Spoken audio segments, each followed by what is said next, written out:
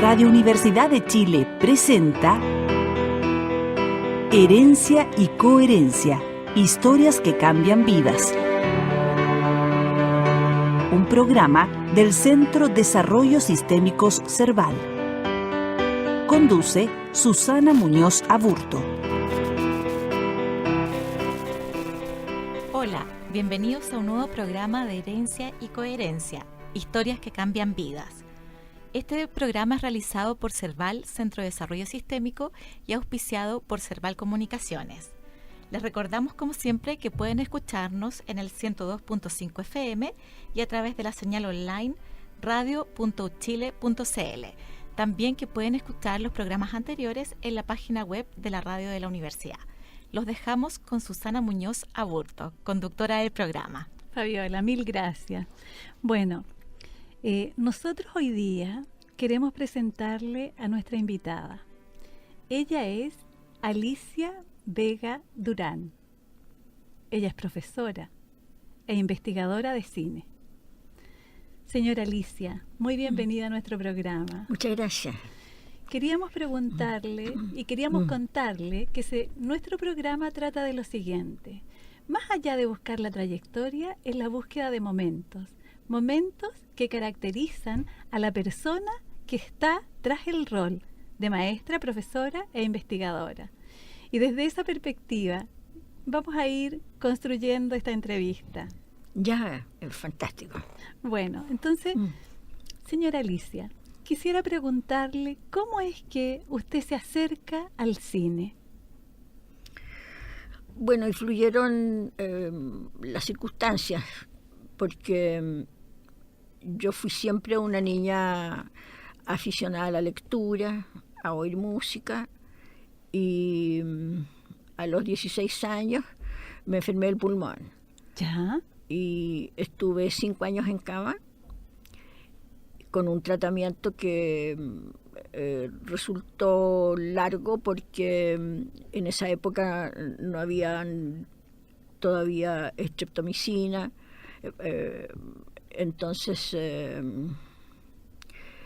se fue alargando y tuvieron que hacerme neumotórax, en fin, entonces fue como a la antigua. A la antigua.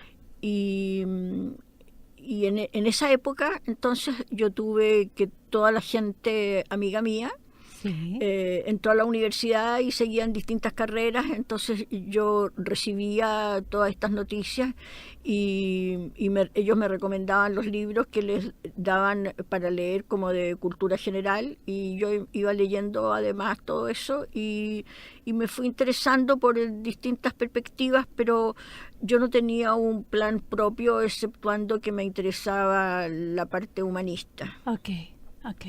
Y cuando me mejoré, ya habían pasado 6 años, y entonces yo seguí unas clases de teoría en el Teatro Ensayo de la Universidad Católica, como para aprender a investigar mejor los personajes de las obras de teatro. Yo leía mucho teatro.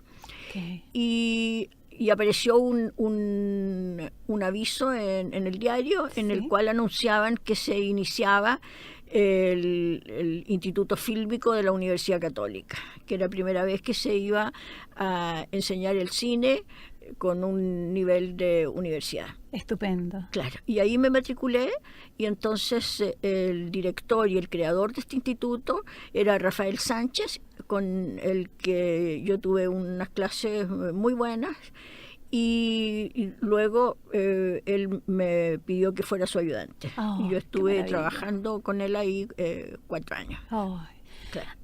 Alicia, y cuéntenos, ¿cómo fue este tránsito entre estar en cama por un largo periodo y volver a salir como al mundo externo, podríamos decir? Claro, una cosa muy buena, porque uno se acostumbra a todo y tiene que aceptar las cosas como son y sacarle partido a lo que tiene. Pero en cuanto a experiencia, es como volver a nacer y volver también a tener un compromiso de decir, si yo estoy naciendo de nuevo, también tengo el deber de ocupar bien mi tiempo y de aprovechar lo que tengo que entregar.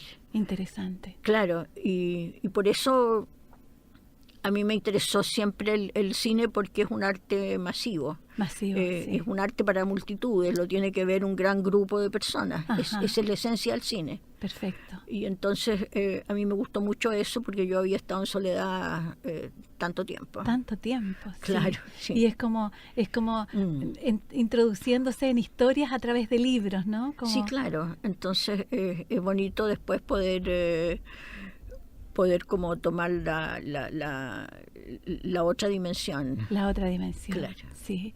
¿Y usted dónde nació? En Santiago. En Santiago, es Sí, santiaguina. Sí, claro que sí, sí. ¿Y tiene hermanos? Sí, tengo 3 hermanos y los 4 estamos vivos. Ajá. Y somos todos mayores de 85 años. Pero muy longevo. Sí, claro que sí. sí. Qué Sí, lindo. sí. ¿Y cómo se vivió su familia, su enfermedad? Muy bien, muy solidario. El doctor que me atendió a mí era muy adelantado en esa época y yo creo que fue de los primeros que no me mandó a un sanatorio. Buenísimo. Entonces me dijo que a lo mejor esto me iba a ser más llevable si estaba compartiendo con mi familia. Perfecto. Entonces yo estuve en mi casa y fue muy bueno eso porque fue un tiempo muy largo y así yo pude convivir. Ahora mis hermanos se adaptaron entonces a que yo estaba en cama y ellos colaboraron siempre a que yo lo pasara lo mejor posible. Sí. Como yo tenía un papá que era muy lector, tenía muchos libros.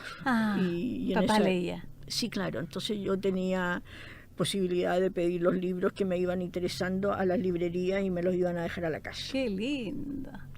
¿Y cómo fue cómo se ligará esto con su interés posteriormente por los talleres de cine para los niños?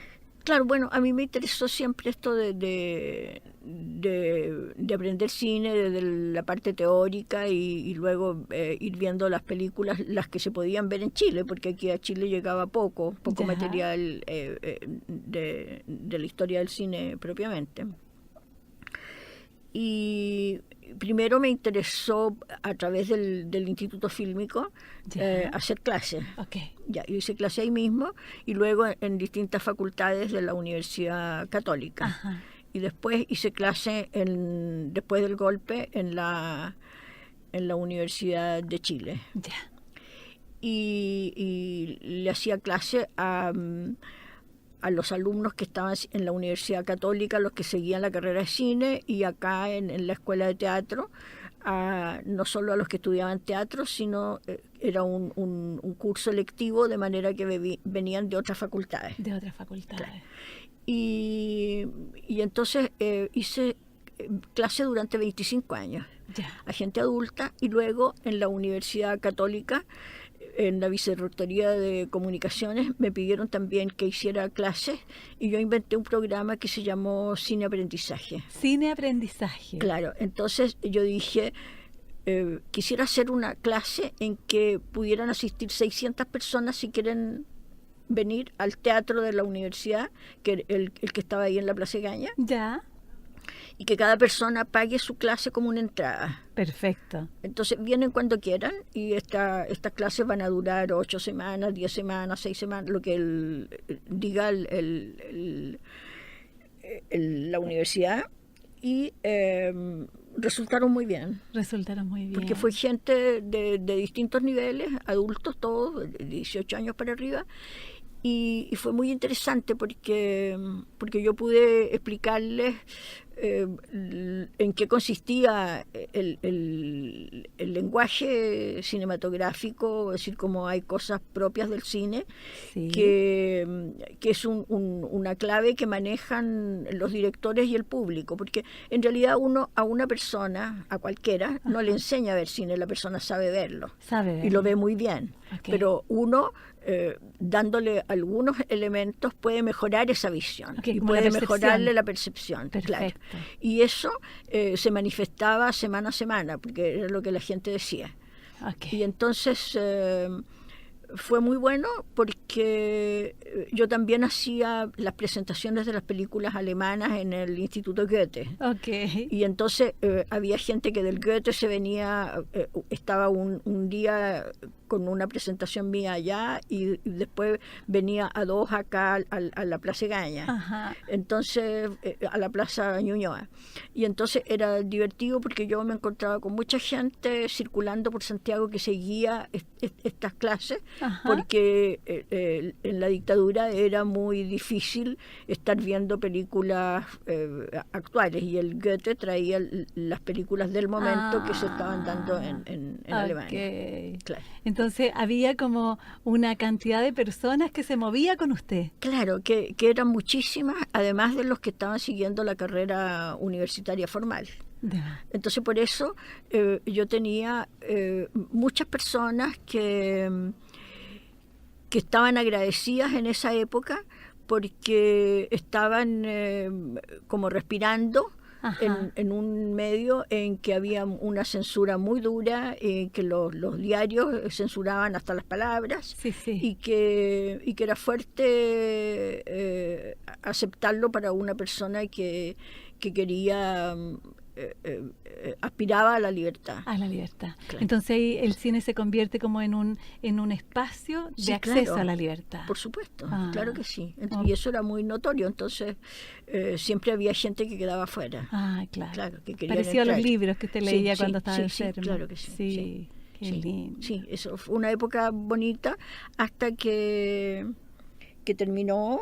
Y yo hacía clases en la Escuela de Artes de la Comunicación de la Universidad Católica en la Chile, y las 2 partes se cerraron.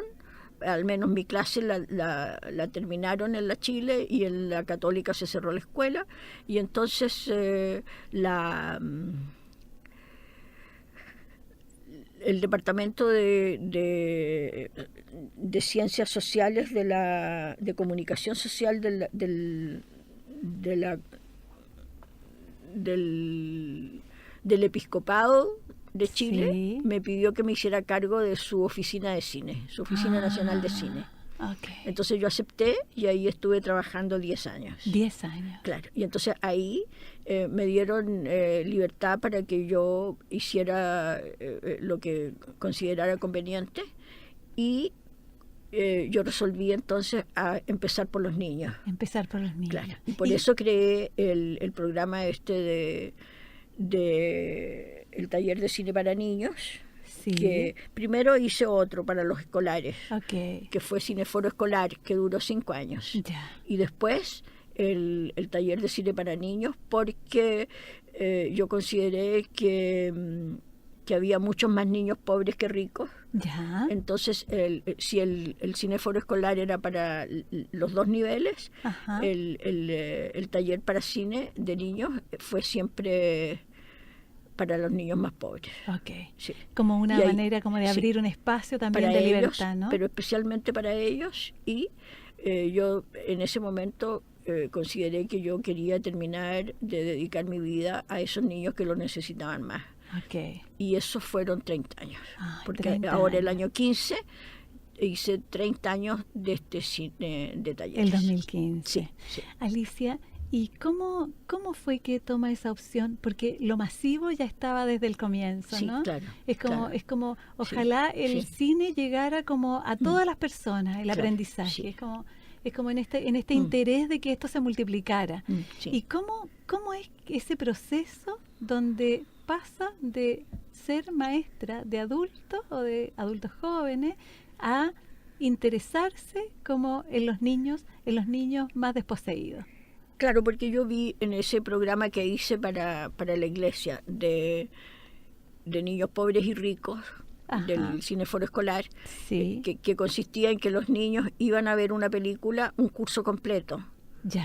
De todos los colegios de Santiago, que se comprometían a ir. Entonces llenábamos el Teatro Normandí, que en esa época tenía 900 butacas. Era un solo cine grande.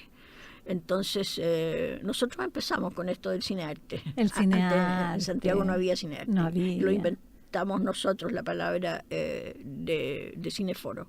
Genial. Llegaron ahí 900 niños de distintos colegios y el compromiso era que fueran con un profesor Ya, y que fuera el curso completo perfecto. y que pagaran su entrada, los ricos. Ya.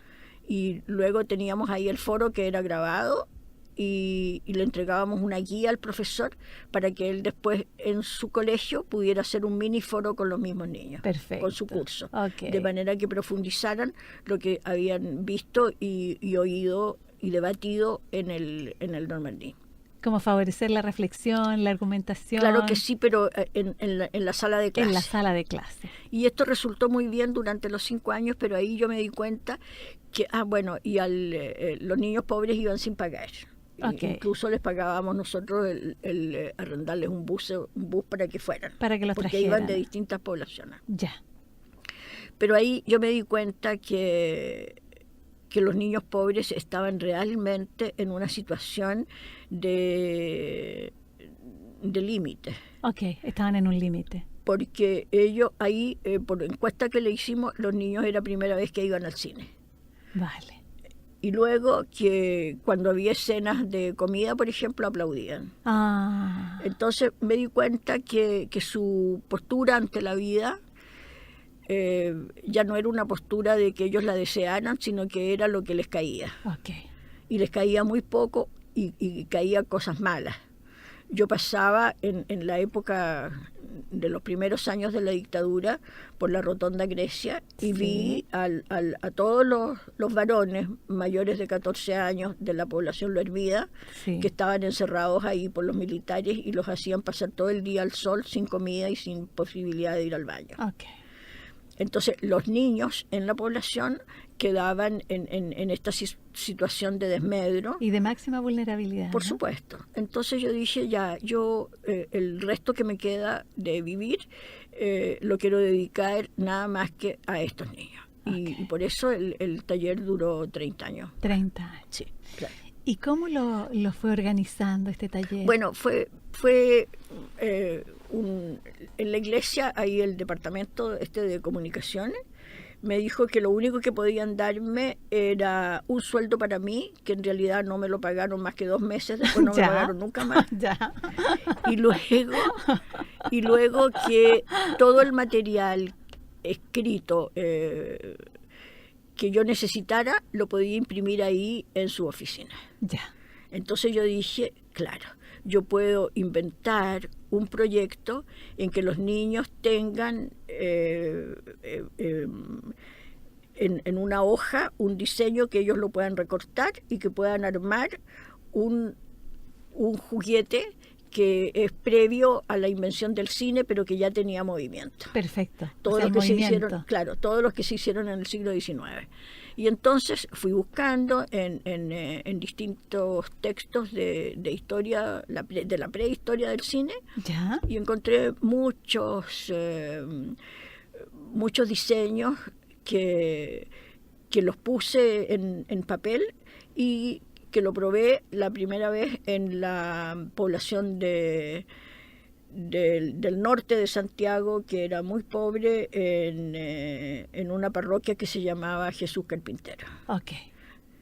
Y resultó muy bien. Y resulta muy bien. Entonces yo escribía cada semana el texto que le entregaba a los niños de resumen, las propuestas que había de los trabajos, y ahí me fui dando cuenta de la capacidad que tenían los niños para poder hacer algunos trabajos, las palabras que entendían, cómo les iba entregando el tiempo de trabajo, y me di cuenta que los niños eran muchísimo más habilosos de lo que yo pensaba, que eran más rápidos para entender, que no tenían ningún problema en los tiempos que se les iban dando. Perfecto. Para cada cosa, siempre que fuera ordenado. Y entonces terminé de escribir 25 capítulos. ¿Ya? Y me di cuenta ahí también, por la forma en que ellos reaccionaban, que cada sesión tenía que ser completa, con un trabajo expreso, con una enseñanza de un problema, por ejemplo, movimiento de cámara, con una camarita que ellos fabricaran y que la pudieran mover, Ajá. y luego una película en la que había movimientos de cámara que ellos pudieran apreciar como cine, proyectado ahí en la misma sala, Ajá. y que terminara con una apreciación general. Y de manera que no quedara ninguna cosa para la clase siguiente que se iba a terminar de hacer, sino que cada una fuera como un módulo entero, y así si el niño faltaba la semana siguiente no importaba, porque cuando volviera iba a tener otro módulo completo. Perfecto. Y eso fue muy bueno, porque los niños gozaron con esto de tener una película cada semana. Y era como Claro. un módulo como parte y todo a la vez. Claro. Bonito. Pero también fui aprendiendo las trampas de los niños. Las trampas de los niños. Claro, porque todo este taller lo hacíamos dentro, los primeros años, lo hicimos dentro de la misma capilla. Ya. El párroco nos daba permiso para usar la capilla como sala de clase, y ahí poníamos unos mesones o lo que hubiera para trabajar a veces en el suelo, pero los niños trabajaron siempre muy bien, y después dejábamos todo limpio y todo ordenado, Y todo como ordenado, estaba. como Pero el capilla. taller era completamente gratuito y se le avisaba a todas las familias que ellos podían ir. ¿Y cuántos Pero niños iban? al primer taller fueron 54 niños, Ya. pero después hicimos talleres de 250 niños. O sea, muy masivo. Fueron cada vez llegando y haciéndolo, participando. Pero en un taller del comienzo, no me acuerdo si fue ese o en el segundo taller, que una mamá se acercó para agradecerme lo que los niños querían el taller y que estaban tan contentos, y me dijo, y bueno, y nosotros con gusto le damos los 500 pesos para que vaya al cine. ¿Cómo? Le dije. Claro, y los niños habían contado en su casa que para ver la película les cobrábamos 500 pesos. Entonces, ahí estuvimos después con el ojo puesto para que todos supieran por todas partes que era totalmente gratis. Gratuito, Claro, y que la claro. colación también era gratis, También era y gratis. que los materiales que dábamos también los entregábamos. Qué Sí. lindo. Alicia, ¿y cómo era posible coordinar a esta cantidad de niños? ¿Cómo se coordinaban? ¿Cómo trabajaban? Bueno, se coordinaban porque nosotros íbamos a trabajar un mes antes a la parroquia donde íbamos a hacer el taller. Ya. Entonces teníamos reuniones, yo iba a la misa, Ya. por ejemplo, donde iba la gente que asistía. Ajá. Y ahí hablaba en un espacio que me daba el párroco con la gente, contándoles que íbamos a hacer este proyecto. Luego iba a las escuelas del sector, Ya. y en cada parte preguntaba por cuando había reunión de apoderados, y entonces Ajá. iba a las reuniones de los cursos correspondientes a las edades de los niños, que eran entre 5 y 12 años. Entre 5 y 12 años. Claro, entonces iba a todos los cursos donde había reunión de padres. Y luego iba a las sedes sociales que había también, si había un club deportivo o algún club de madres, Ajá. para que, aunque no fueran a la parroquia, Perfecto. de manera que el anuncio le llegara a toda la gente que tenía familias con niños. Muy bien. Porque el taller fue totalmente abierto a cualquier religión o a cualquier situación de los niños. Por Ajá. ejemplo, en el segundo taller tuvimos varios niños cerca de la estación central, en que sus padres eran carabineros y otros eran gendarmes. Perfecto. Y en plena dictadura fueron los niños, y nunca hubo ningún roce con ellos. Perfecto. Los niños, los demás, los aceptaron porque eran compañeros de ellos o en la escuela o en el barrio. Y luego tuvimos también, y que tenían un pequeño rechazo, eran los niños mapuches. Los niños mapuches. Claro, me acuerdo que en el segundo taller fueron como 19 niños mapuches, y nosotros empezamos ahí a darles importancia y a decirle que esos eran nuestros ancestros, y que estábamos Perfecto. todos orgullosos de ellos, y que Ya. qué sería de nosotros si ellos no hubieran peleado. Ok. Entonces, Ok, sí. entonces fue muy bueno, porque los niños aprendieron a convivir, y a convivir con lo que tenían, no en esta cosa ideal de los libros de que hay que ser todo bueno, no, ahí estábamos hablando de gente corriente y a la vista. Y con todas las emociones que implica el contacto contacto y los vínculos, ¿no? Sí, claro que sí. Potente. Sí. O sea, el taller de teatro de niños se transforma finalmente en un espacio absolutamente importante en términos de construir redes y formas de convivir con toda la diversidad. Claro, pero usted acaba de incurrir en un error porque dijo taller de teatro y es taller de cine. De cine. Claro, entonces nosotros a los niños y a las mamás les inculcamos esta cosa de que el teatro era una representación que se hace una vez en vivo frente a un público y después chao. Perfecto. Quedó nada más que en la memoria. Ya. Pero la película está grabada en una cinta que se proyecta en una pantalla y se puede ver 1000 veces y siempre va a ser igual. Ok.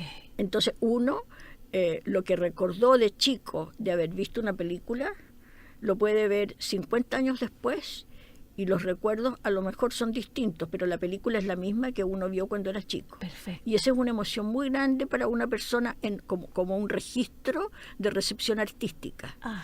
Y les dimos cuenta entonces de que por qué algunos actores habían preferido dejar el teatro y hacer películas justamente para eso, para permanecer en el tiempo. Para permanecer en el tiempo. Claro que sí. El tiempo, gran tema. Sí, sí. Ok, bien. Ahora vamos a ir a una pausa ¿Ya? y vamos a volver hablando del tiempo. Muy bien.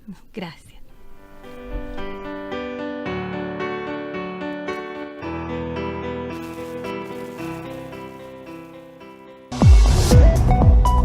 ¿Qué significa? ¿Qué quiso decir? ¿Cuáles son las consecuencias? ¿Qué escenario enfrentamos? ¿Qué demanda la ciudadanía? ¿Qué opinan los expertos? Todo eso y más te lo contamos en nuestro diario electrónico diario.uchile.cl.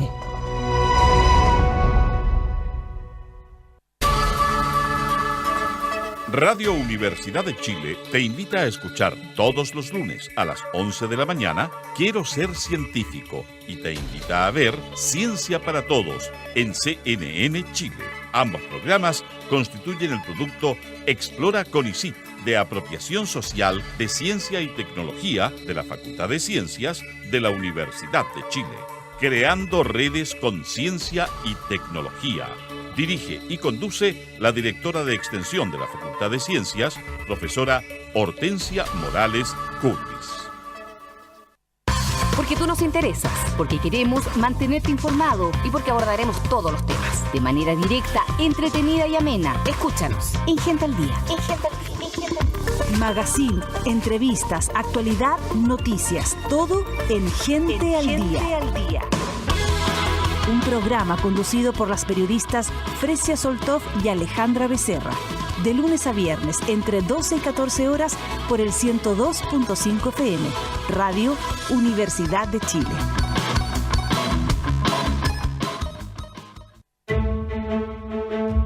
Ediciones Radio Universidad de Chile se complace en invitar a nuestros auditores y lectores a la presentación de su nuevo libro, El trabajo, servidumbre o realización, del sociólogo Patricio Frías Fernández. Un texto que profundiza en las diversas vinculaciones que se establecen entre trabajo, economía y política. Presentarán la obra el empresario e ingeniero Roberto Fantuzzi y la abogada laboralista Patricia Silva Meléndez. La cita es en nuestra sala máster el próximo martes 18 de abril a las 19 horas. Miguel Claro 509, Providencia. Ediciones Radio Universidad de Chile, para que nos escuche en silencio.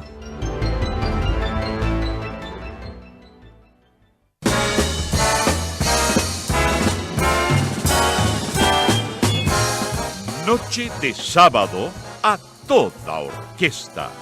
Regresando a casa. Para los románticos y para los no tan románticos, bellas e inolvidables melodías a toda orquesta.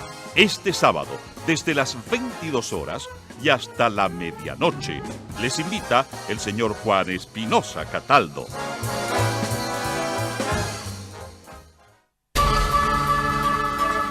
Radio Universidad de Chile te invita a escuchar todos los lunes a las 11 de la mañana Quiero ser científico y te invita a ver Ciencia para Todos en CNN Chile. Ambos programas constituyen el producto Explora CONICYT de Apropiación Social de Ciencia y Tecnología de la Facultad de Ciencias de la Universidad de Chile.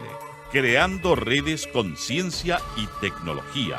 Dirige y conduce la directora de Extensión de la Facultad de Ciencias, profesora Hortensia Morales Curtis.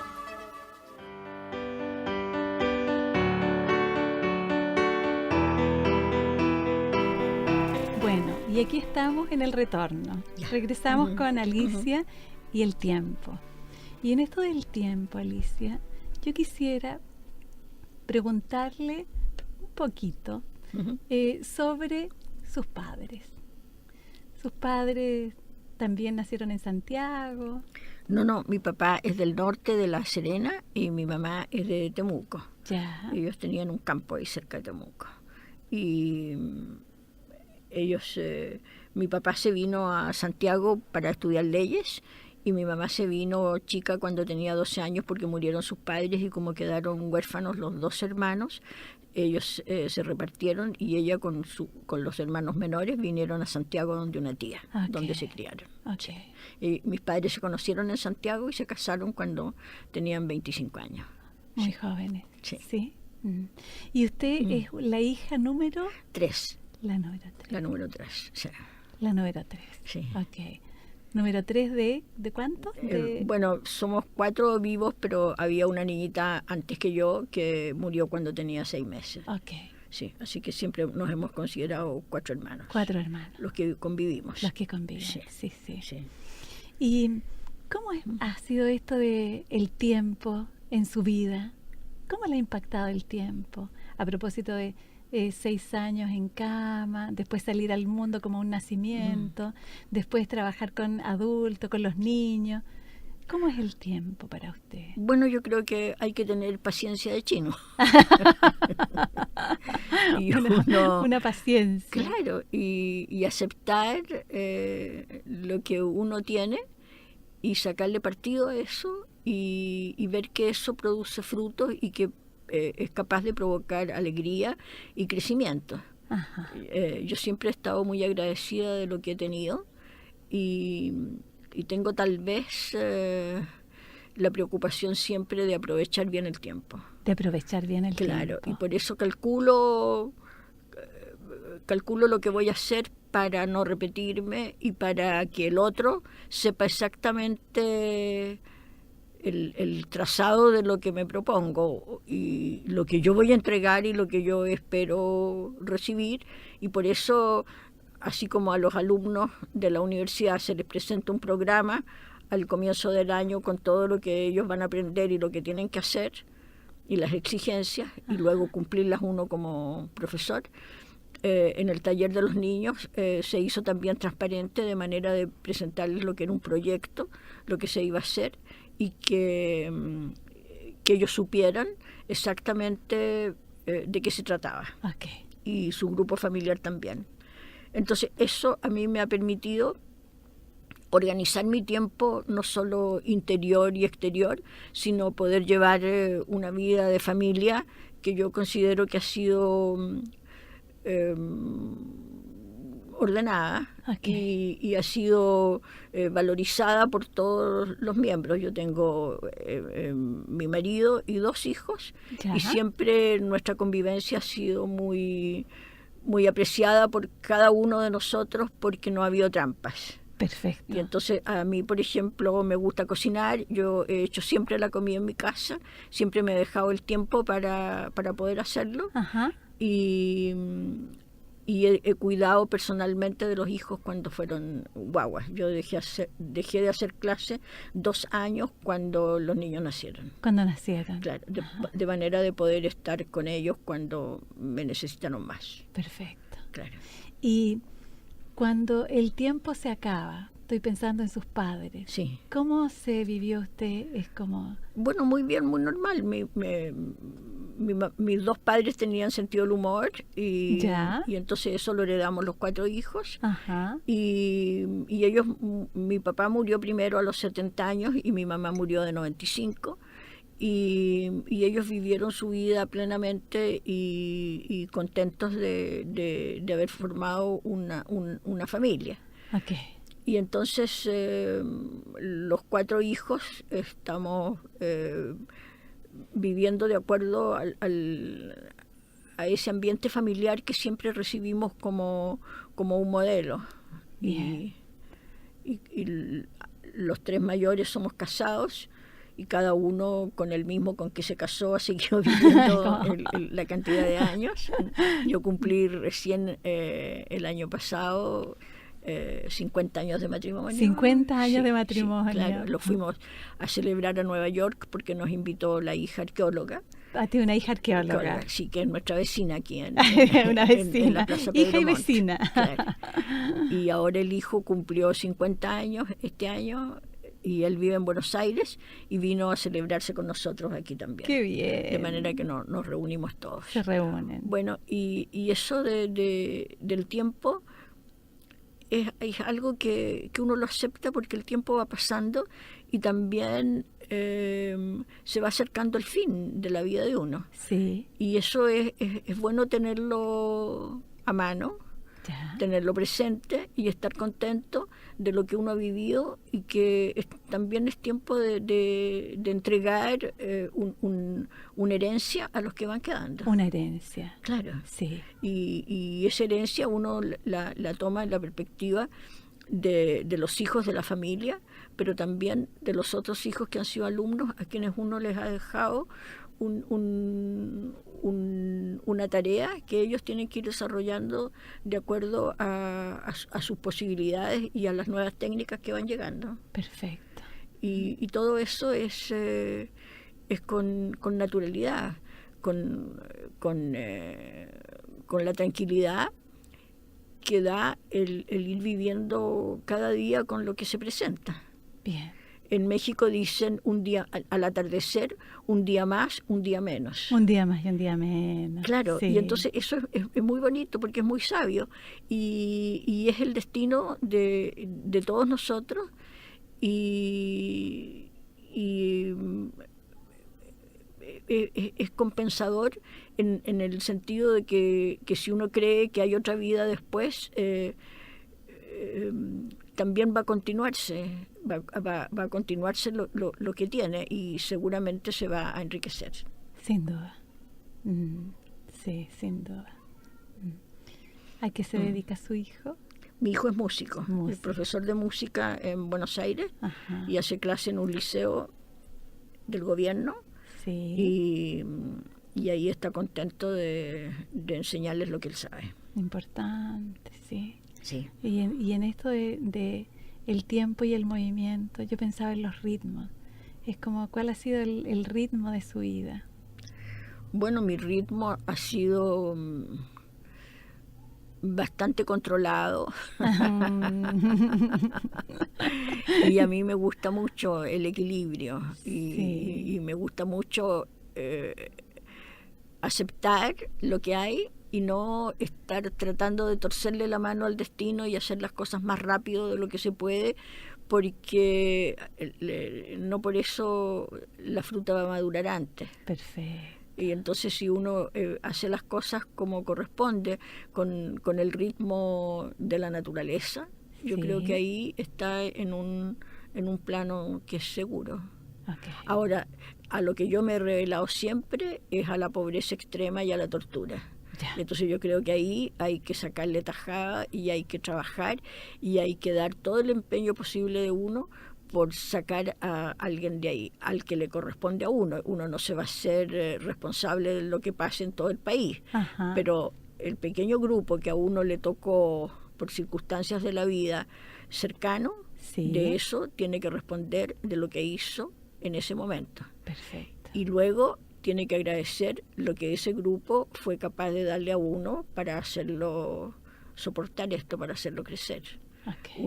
Uno con sus propias herramientas no habría podido nunca hacer un proyecto firme, grande, si no hubiera tenido apoyo de las personas que estaban involucradas en el proyecto. Perfecto. Yo le agradezco enormemente también a los monitores que han sido mis ayudantes, que empezaron todos como estudiantes de la universidad de distintas facultades, Ajá. que me ayudaron siempre en el proyecto de los niños y que yo no habría podido hacerlo nunca si ellos no hubieran estado ahí con su juventud, con su entusiasmo, con su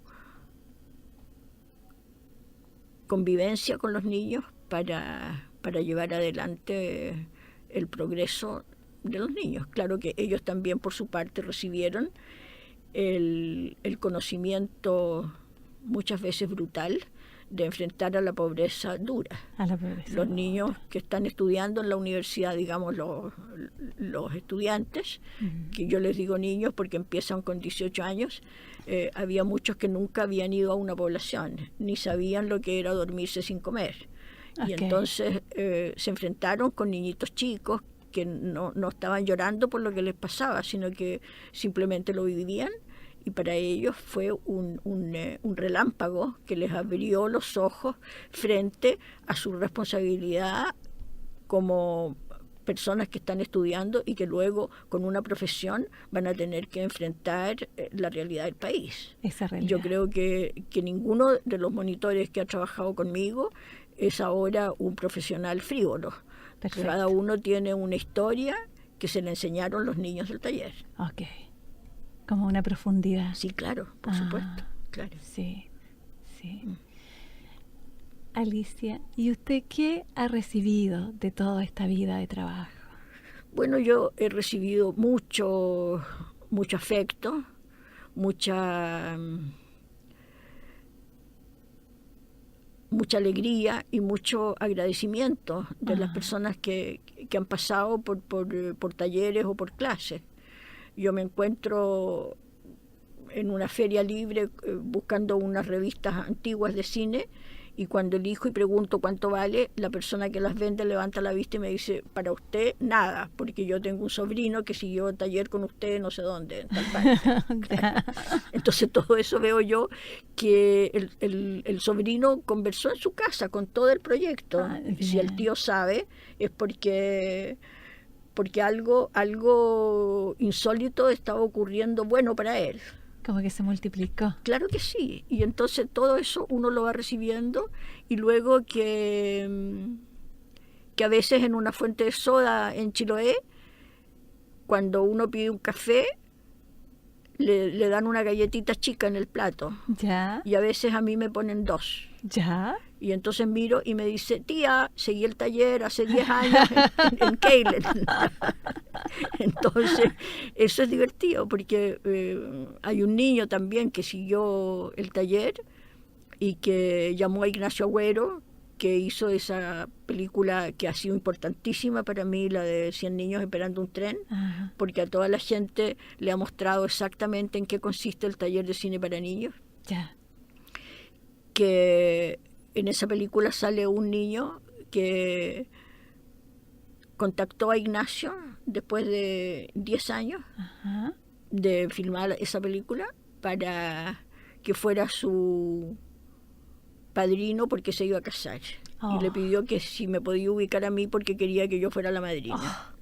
Entonces fuimos. Ya. Y en el matrimonio, la mamá de este niño nos contó que cuando él seguía el taller le había dicho: mamá, cuando yo me case, quiero que el tío Ignacio y la tía Alicia sean mis padrinos. Claro, él lo tenía planificado. Lo tenía planificado. Bueno, y lo importante es que lo cumplió. Lo cumplió. Claro.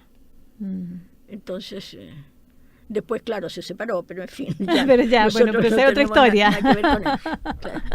Esa es otra historia, sí. Sí. Es como, es una trama, es un tapiz emocional. Sí, yo he ido recibiendo mucho de los niños, y luego que ellos me enseñaron a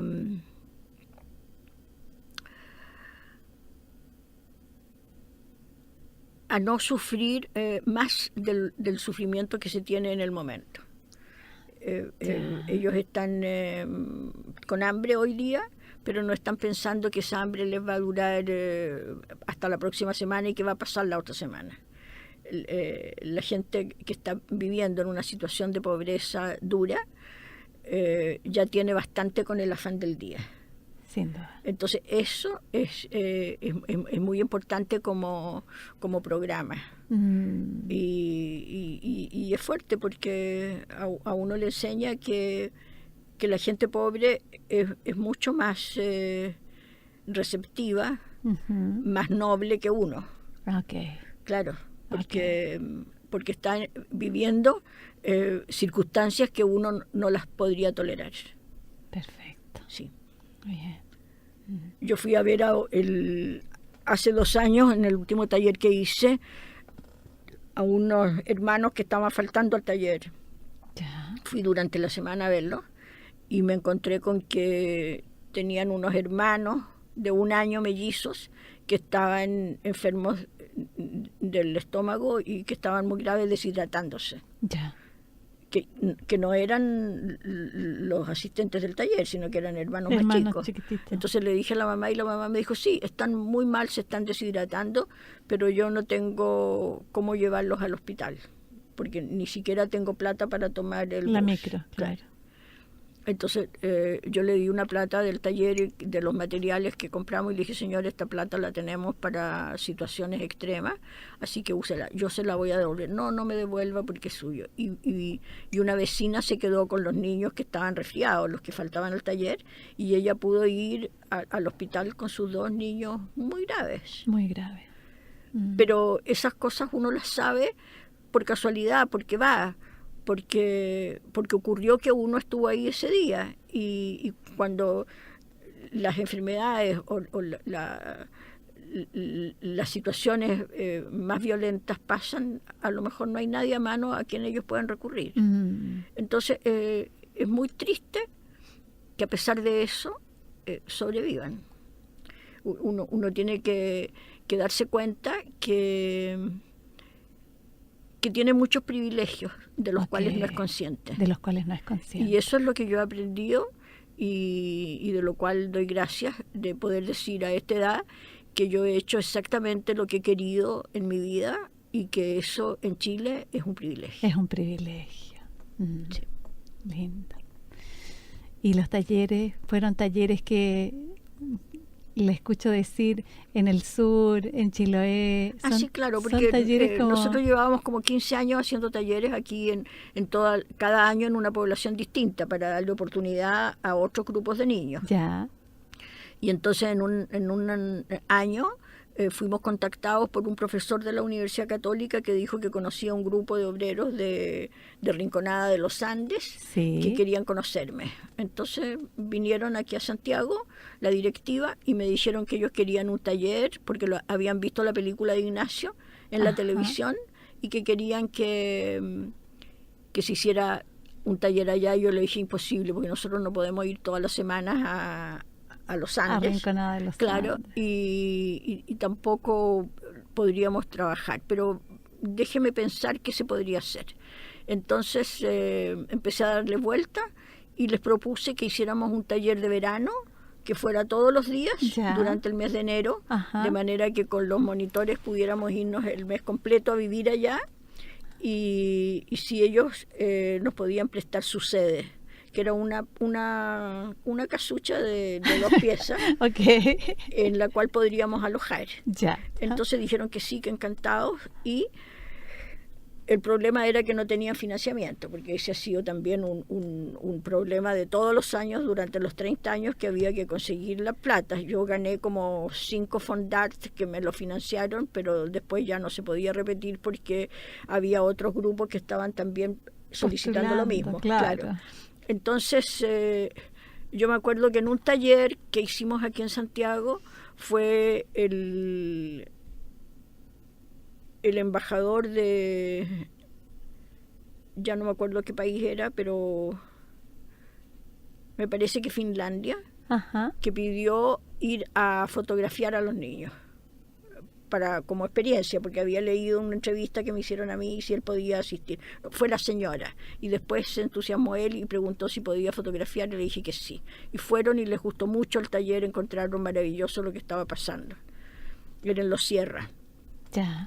Y entonces él me dijo, bueno, me voy rápido porque tengo una delegación de los sindicatos de Finlandia que están aquí en Chile porque vienen recorriendo Sudamérica. Hasta luego.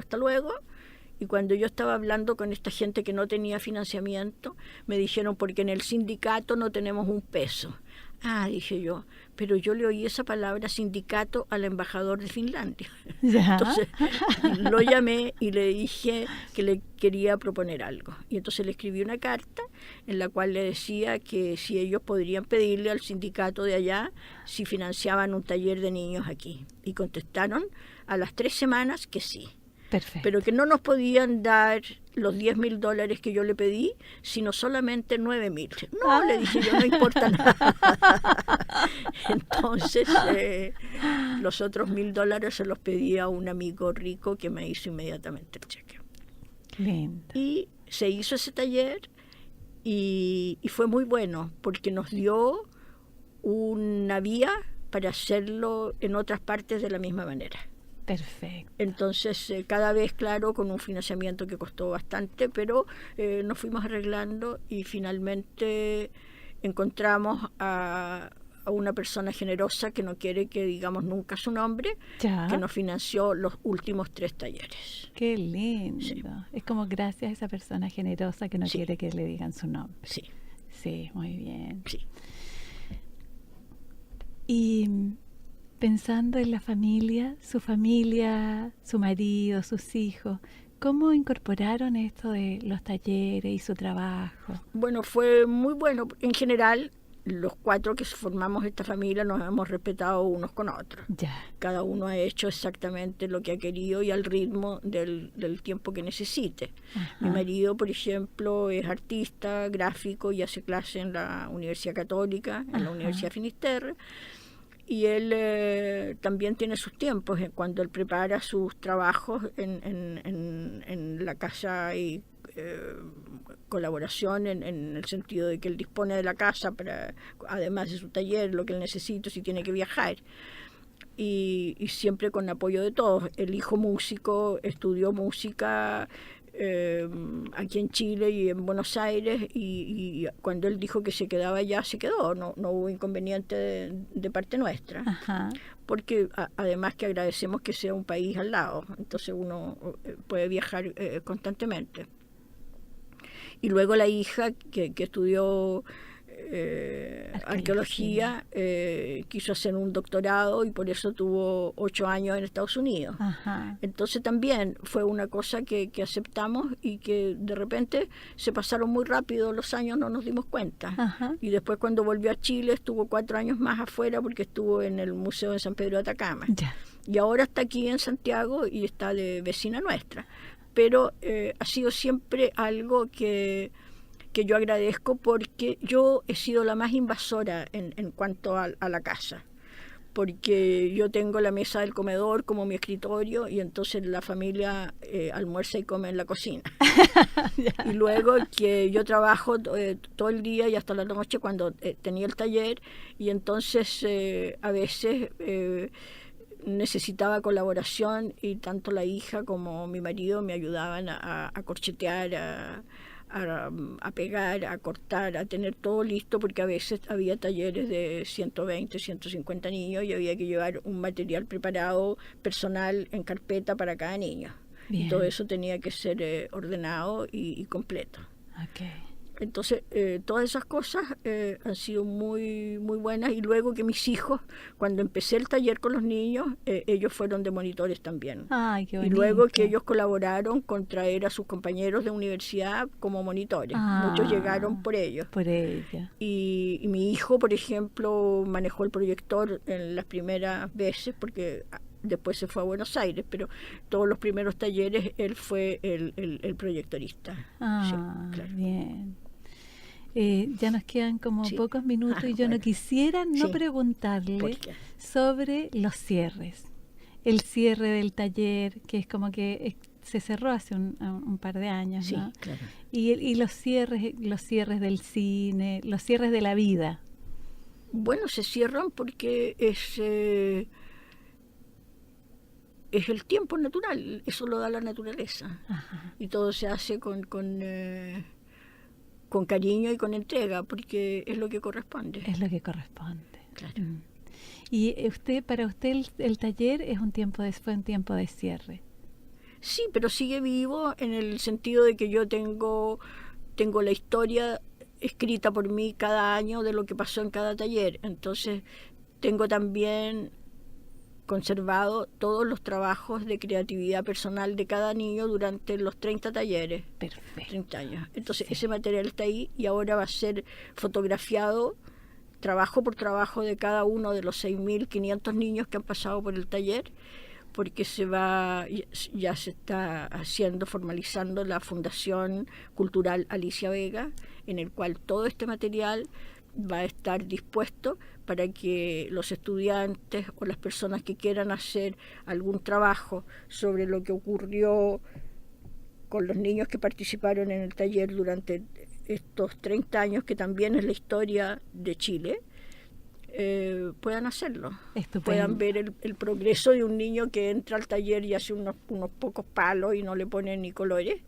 cómo fue su último trabajo Perfecto, en cada uno de los talleres. perfecto. Entonces es como cada cierre una apertura. Sí, claro, Perfecto. pero aunque yo esté en otra parte, en 10 años más, este trabajo va a estar vivo y va a estar disponible para quien quiera verlo. Yo le Perfecto. decía que yo soy investigadora Sí, y entonces en todo este trabajo no hay ninguna mentira. perfecto. Lo que está es lo que pasó. Lo que está es lo que ocurrió. Sí. Bueno, y nosotros estamos en este momento en tiempos de cierre, Muy pero bien. sin duda esta entrevista va a quedar viva todo el tiempo. Así que muchas gracias, Alicia. Un privilegio haberla entrevistado. Muchas gracias. Gracias. Bueno, nos despedimos. Hasta nuestro próximo programa. Gracias. Radio Universidad de Chile presentó Herencia y Coherencia, historias que cambian vidas. Un programa del Centro Desarrollos Sistémicos Cerval.